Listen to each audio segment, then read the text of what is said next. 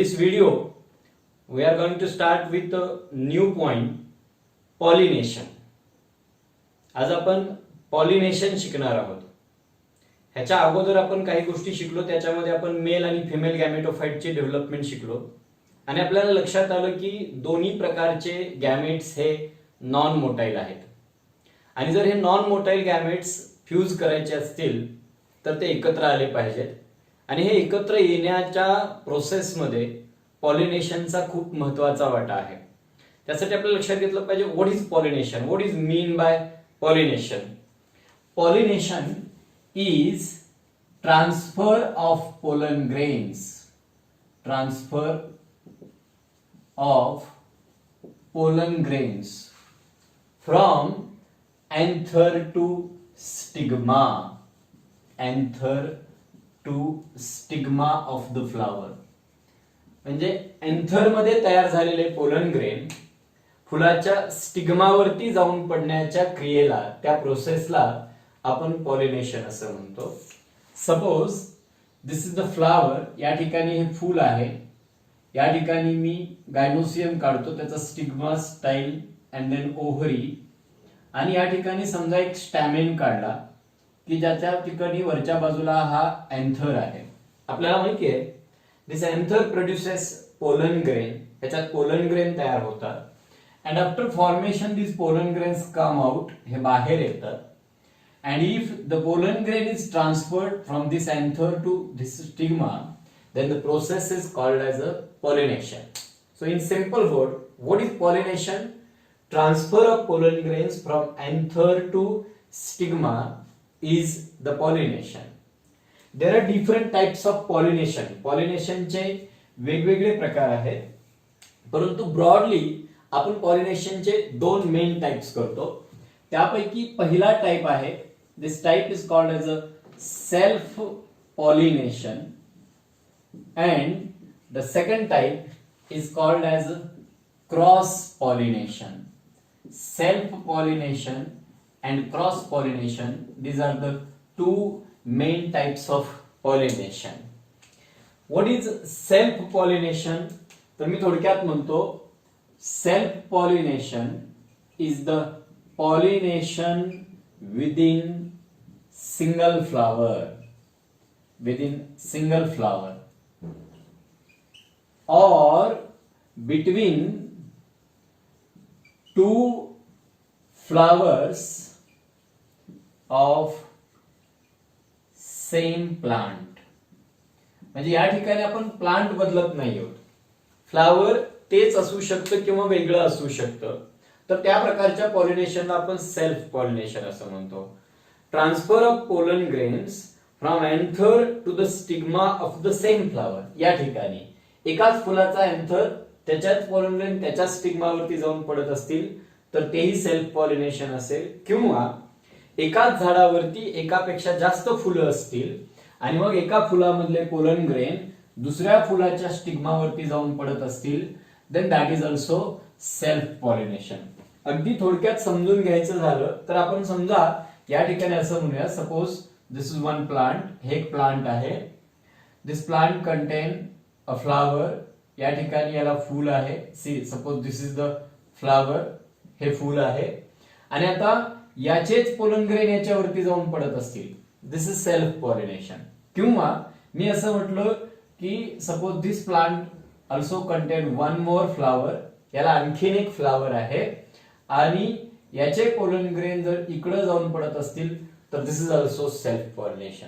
म्हणजे इथं कसं आहे रे, pollination within the same flower or pollination between two flowers of the same plant, याला आपण सेल्फ पॉलिनेशन असं म्हणतो.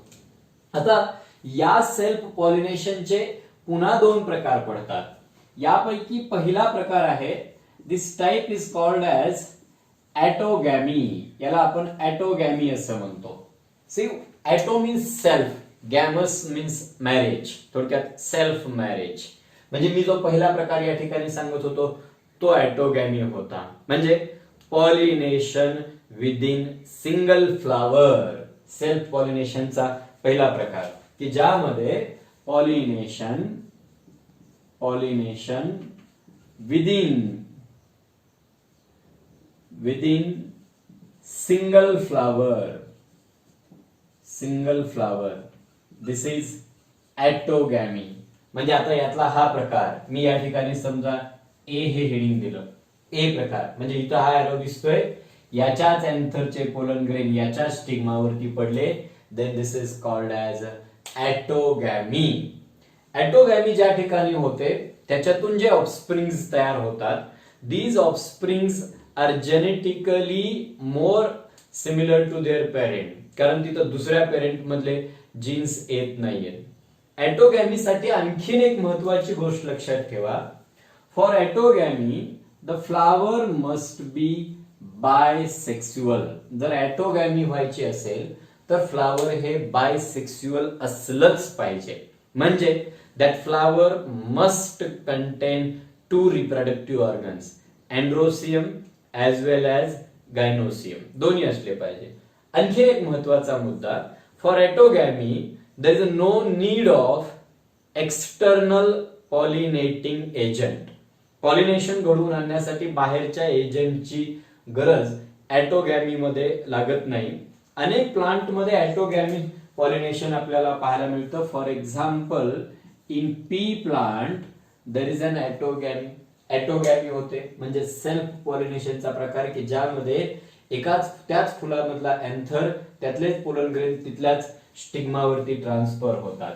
Then the second type of self पॉलिनेशनचा दुसरा प्रकार, and this is called as a geitonogamy. आता गिटॉन मीन्स नेबर, म्हणजे काय, शेजारच्या फुलाबरोबर पॉलिनेशन, पण शेजारचं फुल हे त्याच झाडावरती असलं पाहिजे. मग व्हॉट इज मीन बाय गिटोनोगॅमी? थोडक्यात आपण असं सांगू शकतो, pollination between two flowers of the same plant. Same प्लांटचे दोन फुलं, एकाच झाडावरती येणारी वेगवेगळी फुलं, यांच्यामध्ये पॉलिनेशन होत असेल, then this type of pollination is called as a geitonogamy. See, in this case, this is one flower, this is another flower, and the pollen grains are transferred from this flower to this flower. मी याला बी condition, दुसरी condition देतो. See, this is geitonogamy. इथं लक्षात येत आहे, pollen grain त्याच फुलात पडले आणि इथं एकाच झाडावरच्या दुसऱ्या फुलाकडे ट्रान्सफर झाले. या दोन्ही केसमध्ये हे दोन्ही सेल्फ पॉलिनेशनचे प्रकार आहेत, पण त्यातला पहिला प्रकार एकाच फुलामध्ये पॉलिनेशन होतं आणि दुसऱ्या प्रकारामध्ये एकाच झाडाच्या वेगवेगळ्या फुलांमध्ये पॉलिनेशन होतं. आणखी एक मुद्दा लक्षात ठेवा, from functional point of view and from genetical point of view. From genetical point of view this geitonogamy is self pollination. Genetically आपण विचार केला तर गिटोनोगॅमी हे सेल्फ पॉलिनेशन आहे, कारण दुसऱ्या झाडावरचे जेनेटिकली वेगळ्या प्रकारचे पोलन ग्रेन या ठिकाणी पडत नाहीत, त्याच झाडाचे पडतात. But from functional or ecological point of view this geitonogamy can be considered as a cross pollination. Genetically सेल्फच आहे म्हणून आपण याला सेल्फ मध्येच क्लासिफाय करतो, बट इकॉलॉजिकली ह्याला आपण म्हणजे क्रॉस पॉलिनेशन असं का म्हणू शकतो, because this process may require pollinating agents.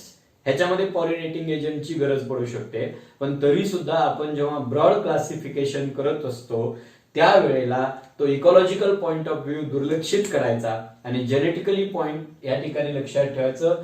गिटोनोगॅमी is the type of self pollination. See, such type of pollination occur in cucurbits. Cucurbits मध्ये आपल्याला अशा प्रकारचं पॉलिनेशन पाहायला मिळतं. म्हणजे या प्रकारचं जर पॉलिनेशन होत असेल तर मग फुलं त्याच झाडावरती असली पाहिजेत.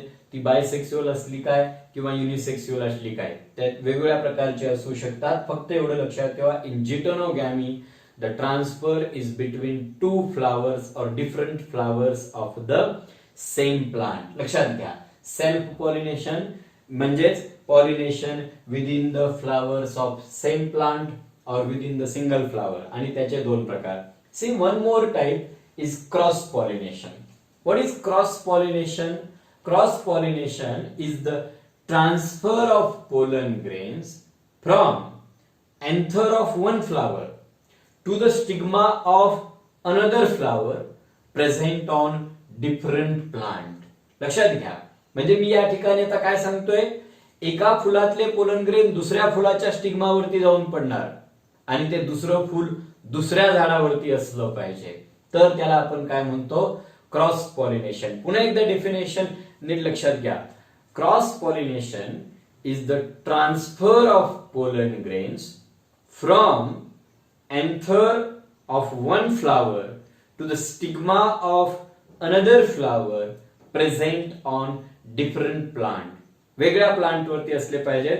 आणि हा जो प्रकार आहे क्रॉस पॉलिनेशन, यालाच आपण झिनोगॅमी असं म्हणतो. त्याचा मेन प्रकार झिनोगॅमी, where the pollen grains are transferred from one flower to another flower which is present on different plant. समजा आता या ठिकाणी मी प्लांट काढलं होतं, आता आपण आणखीन एक रेफरन्स साठी या ठिकाणी दुसरा प्लांट काढूया. सी इथं मी आणखीन एक प्लांट काढतो आणि या प्लांटला या ठिकाणी एक फूल आहे असं समजूया आपण.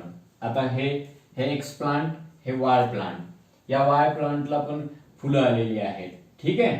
आता बघा, या ठिकाणी जर ह्या एक्स प्लांटच्या फुलातले पोलन ग्रेन या वाय प्लांटच्या फुलावरती जाऊन पडले, मी याला कंडिशन सी नाव दिलं, तर दिस इज झिनोगॅमी. हा झिनोगॅमीचा प्रकार असेल की ज्यामध्ये आपण काय, फूल पण वेगळं आहे आणि झाड पण वेगळं आहे. म्हणजे एका झाडातले पोलन ग्रेन एका फुलामधले पोलन ग्रेन दुसऱ्या झाडाच्या फुलावरती जाऊन पडणं, this is xenogamy. And xenogamy is the functionally point of view किंवा जेनेटिकल पॉइंट ऑफ व्ह्यू, दोन्ही पॉइंट ऑफ व्ह्यू ने हे क्रॉस पॉलिनेशन होतं. And for this pollination there is a need of, कशाची गरज असते, तर पॉलिनेटिंग एजंट्स, म्हणजे पॉलिनेशन घडवून आणणाऱ्यांची गरज असते. अशा पद्धतीनं इथं दोन मुख्य प्रकार, एक सेल्फ पॉलिनेशन आणि दुसरा क्रॉस पॉलिनेशन. सेल्फचे पुन्हा दोन प्रकार, एक ऍटोगॅमी, दुसरा गिटोनोगॅमी. ठीक आहे. आणि त्या ठिकाणी क्रॉस पॉलिनेशन की जिथं एका झाडाच्या फुलाचे पोलन ग्रेन दुसऱ्या झाडाच्या फुलावरती जाऊन पडतात. फॉर एक्झाम्पल, झिनोगॅमीचं आपण एक्झाम्पल सांगू शकतो, पपया. जर समजा पपयाच्या एका झाडातल्या फुलाचे पोलन ग्रेन दुसऱ्या झाडाच्या फुलावरती जाऊन पडले, तर ते झिनोगॅमी असेल. पॉलिनेशन होत असतानाच आणखीन एक आर्टिफिशियल प्रकार आहे खरं तर. आता ह्या पुस्तकांमध्ये तो दिलेला नसला तरी पुढे आपल्याला येणार आहे आणि त्याला आपण हायब्रिडायझेशन असं म्हणतो. लक्षात घ्या, what is the difference between xenogamy and hybridization. In xenogamy the transfer of pollen grain occurs between the flowers of two plant belonging to the same species. Same स्पीसीजचे असतील तर दॅट इज झिनोगॅमी. परंतु आता ती दोन्ही झाडं, दोन प्लांट हे वेगवेगळ्या स्पीसीजचे असतील, वेगळ्या व्हरायटीचे असतील, वेगळ्या सब स्पीसीजचे असतील, तर त्याला मात्र आपण हायब्रिडायझेशन असं म्हणणार आहोत. आणि हायब्रिडायझेशन हे शक्यतो आर्टिफिशियल क्रॉस पॉलिनेशन मध्ये आपण म्हणतो, परंतु नॅचरली या ठिकाणी झिनोगॅमी या प्रकारचं क्रॉस पॉलिनेशन आपल्याला पाहायला मिळतं. आता पॉलिनेशनचे प्रकार झाल्यानंतर आपल्याला आणखीन एक मुद्दा शिकायचा आहे, तो म्हणजे significances of self and cross pollination. म्हणजे हे जे सेल्फ पॉलिनेशन आहे, या सेल्फ पॉलिनेशनचे सिग्निफिकन्स म्हणजे आपण दोन्ही मुद्दे शिकणार आहोत, ऍडव्हान्टेजेस एज वेल एज डिसएडव्हान्टेजेस. थोडक्यात मी लिहितो इथं सेल्फ पॉलिनेशन. आणि आता या ठिकाणी मी सिग्निफिकन्स थोडक्यात एक्सप्लेन करणार आहे कशाचे, तर क्रॉस पॉलिनेशन. दोन्ही प्रकारच्या पॉलिनेशनचे काही ऍडव्हान्टेजेस आहेत तर काही डिसएडव्हान्टेजेस आहेत प्लांटसाठी. सी, पहिल्यांदा मी सेल्फ पॉलिनेशनचे ऍडव्हान्टेजेस तुम्हाला एक्सप्लेन करतो आणि त्याच वेळेला क्रॉस पॉलिनेशनचे डिसएडव्हान्टेजेस मी या ठिकाणी एक्सप्लेन करतो. बघा, जो मुद्दा आपण सेल्फ पॉलिनेशनच्या ऍडव्हान्टेज फायद्यामध्ये एक्सप्लेन करणार तोच उलट घेऊन आपण क्रॉस पॉलिनेशनच्या डिसएडव्हान्टेज मध्ये, म्हणून मी उलट लिहितो. ह्याचा फायदा तोच मुद्दा याच्या तोट्यामध्ये मी कसा लिहितो पहा. बघा आता, the process of self pollination is sure method.